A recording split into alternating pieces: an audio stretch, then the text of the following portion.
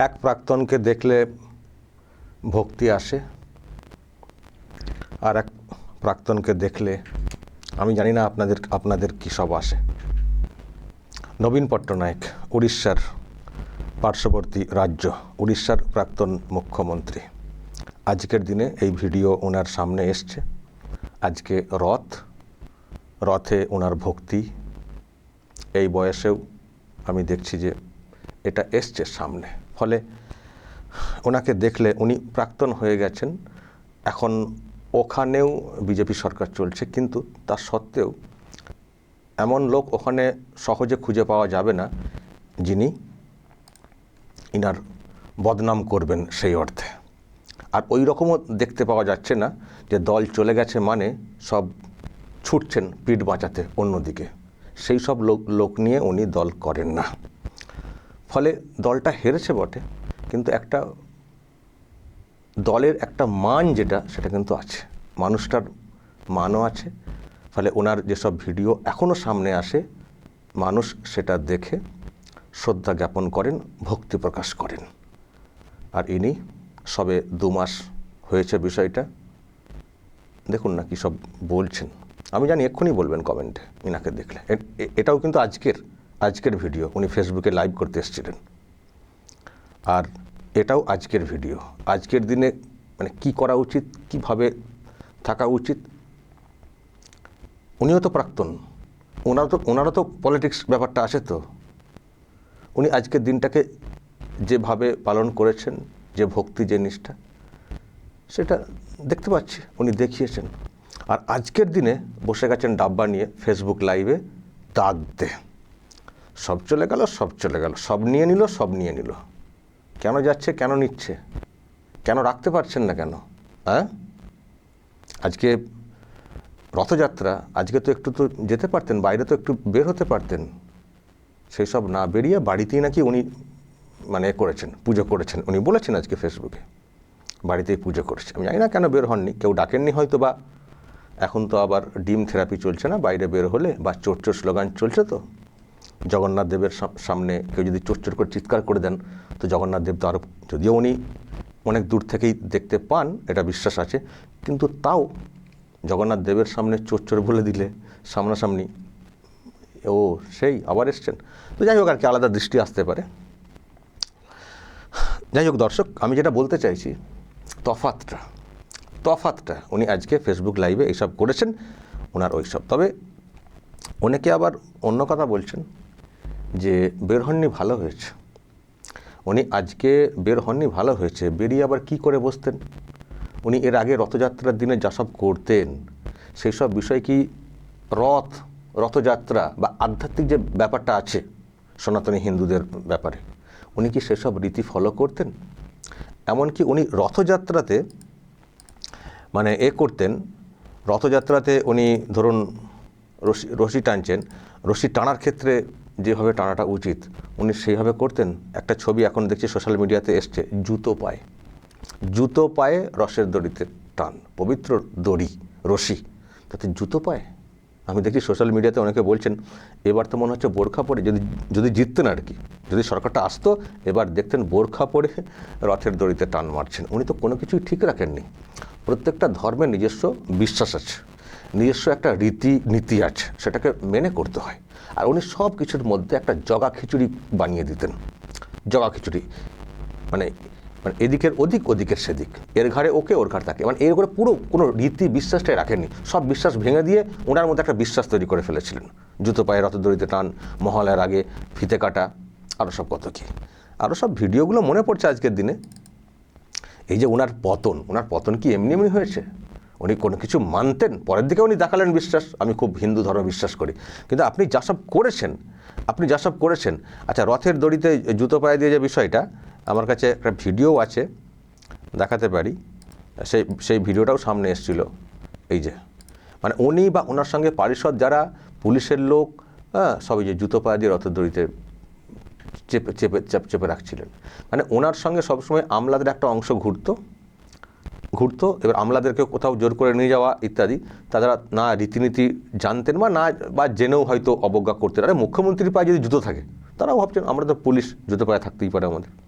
তো জুতো দিয়ে টিপে ধরা, না উনি কখনো মানা করেছেন, না উনি নিজে ঠিক করে করেছেন, এইসব করেছেন। তারপরে দেখেছেন তো আপনারা। আর আমি এই মানুষটার ছবিটা বারবার দেখাচ্ছি যে মানুষটাকে দেখলে সত্যি আজও ভক্তি আসে, যে মানুষটি মানে প্রাক্তন হয়েছেন কিন্তু মানুষের প্রতি মানে সেই মানে সম্মান শ্রদ্ধাটা অটুট আছে। মানুষকে একদিন যেতে হবে, তো মানুষকে একদিন যেতে হবে, মানুষ তো মরণশীল। দেখবেন যেদিন উনি যাবেন, আমরা চাইবো উনি আরও অনেক দিন বাঁচুন, সবসময় যে পলিটিক্সে থাকতে হবে এরকম না, সমাজে বেঁচে থাকুন, কিন্তু দেখবেন মানুষের সেই দিন দেখবেন প্রাক্তন হয়ে যাওয়ার পরেও শ্রদ্ধা দেখবেন। আর একজন থাক, ওটা পরে, এক্ষুনি বলবেন আমার মৃত্যু কামনা করছেন, না আমরা সেটা কেন কামনা করবো? এখন অনেক হিসেব নেওয়া বাকি আছে, অনেক হিসেব নেওয়া বাকি আছে, সহজ নাকি? আচ্ছা, আর একটা নারকেল ফাটানোর একটা দৃশ্য নিশ্চয়ই মনে আছে আপনাদের। নারকেল ফাটাচ্ছিলেন, যেন মনে হচ্ছে খেলা হবে, হচ্ছে, মনে আছে দর্শক নারকেল ফাটানোর যে বিষয়টা? ওয়েট, মানে এমন নারকেল ফাটিয়েছিলেন, মানে ফাটাতে চেয়েছিলেন, দেখবেন মানে কোথায় যে ছিটকে চলে গেছিল, এক হাতে করে এমন নারকেল ফাটেনি তো ছিটকে পালিয়ে গেছে। মানে যেমন খুশি, ওনার ইচ্ছা, ওনার মর্জি। আর যারা ছিলেন, এই যে রাধারমন দাস সম্ভবত, ওনাকে এখন সরিয়ে দিয়েছে ইসকন, আমি জানি না আর কি কারণ, সারাক্ষণ ছায়াসঙ্গী হিসেবে থাকতেন।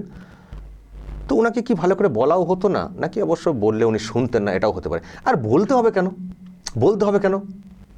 সনাতনী হিন্দু ধর্মের বিশ্বাসী বলবেন বড় বড় করে আমি এই মন্দির সেই মন্দির করছি, আর বেসিক বিষয় জানবেন না আসলে কি আমি সেরা।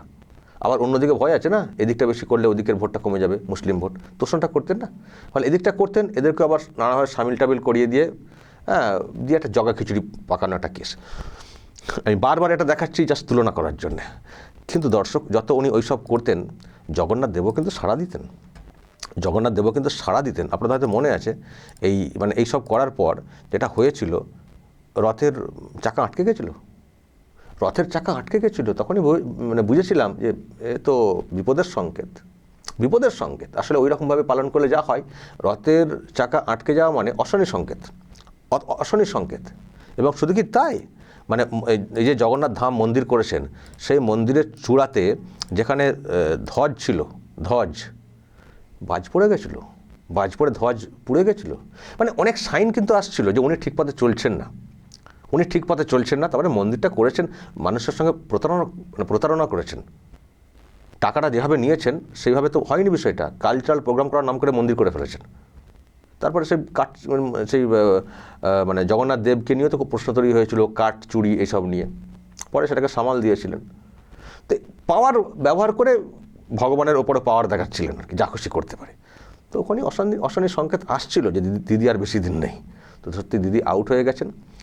আর আমি সত্যি আবারও বলছি, আরও একজন প্রাক্তন হয়েছেন, তার নিষ্ঠা, তার আধ্যাত্মিকতা, তার বিশ্বাস যা দেখছি, কত তফাৎ। এতদিন হয়ে গেছে, তাও দেখছি ওনার যে পোস্ট হয়েছে না, তার নিচে প্রচুর মানুষ শ্রদ্ধা ভক্তি প্রকাশ করছেন, ওনাকে শুভেচ্ছা জানাচ্ছেন।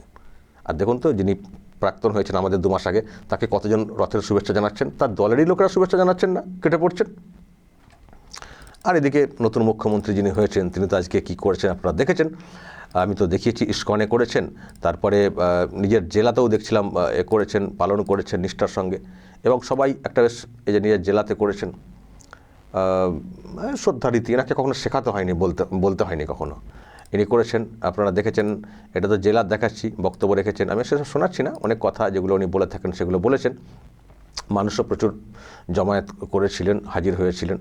আর সকালের দিকে তো আমি দেখিয়েছি ইসকনেতেও যে ভক্তির সঙ্গে উনি গেছেন, ইসকন ভীষণ মানে মুগ্ধ হয়েছে এবং বলেছেন যে উনি তো বঙ্গের দিশারি, আমরা প্রার্থনা করছি উনি যেন দেশের দিশারি হন, এই টাইপের। ফলে এইসব হচ্ছে, তফাৎ মানুষ বুঝছেন।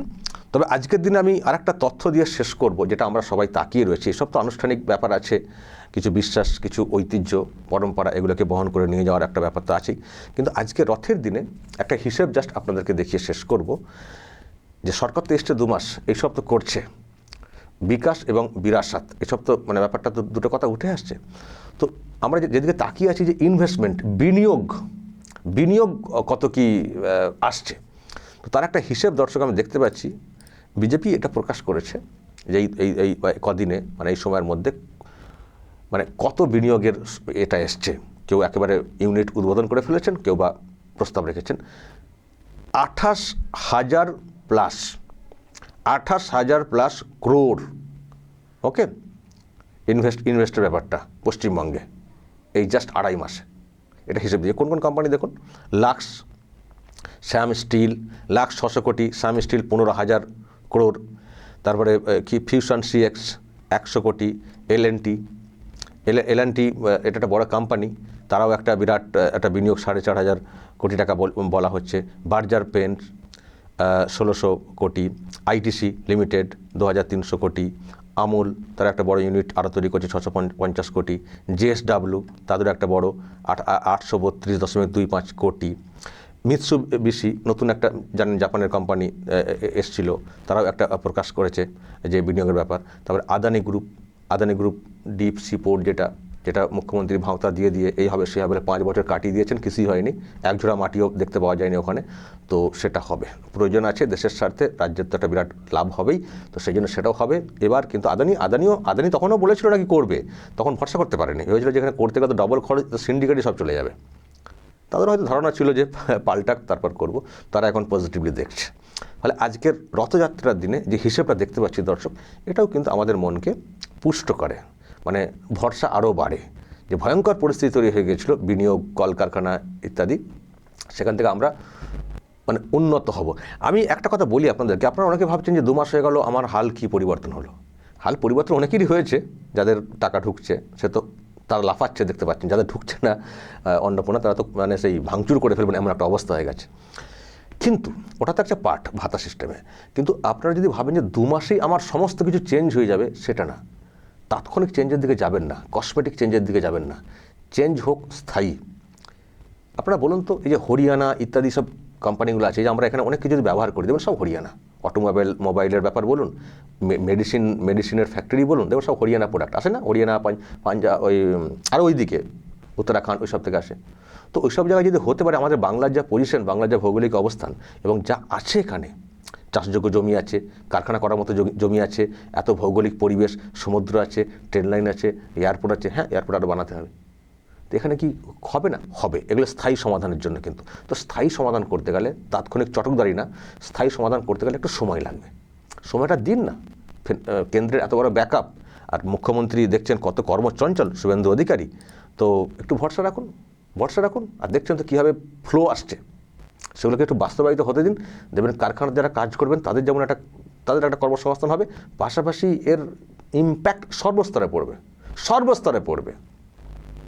আর আশা করি এটুকু ফিল করছেন, আগের থেকে ভালো আছেন, যে সবটা যেটা চাইছেন এক্ষুনি পেয়ে যাবেন হাতে, সেটা হয়তো পাচ্ছেন না, একটু ওয়েট করতে হবে।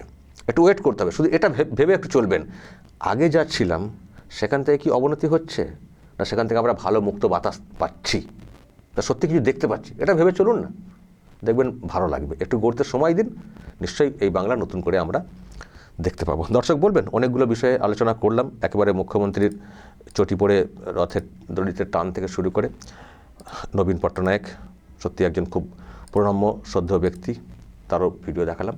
সব মিলিয়ে দর্শক আপনাদেরও মতামত চাই, যা বলার বলবেন এবং নজর রাখবেন আরামবাগ টিভিতে।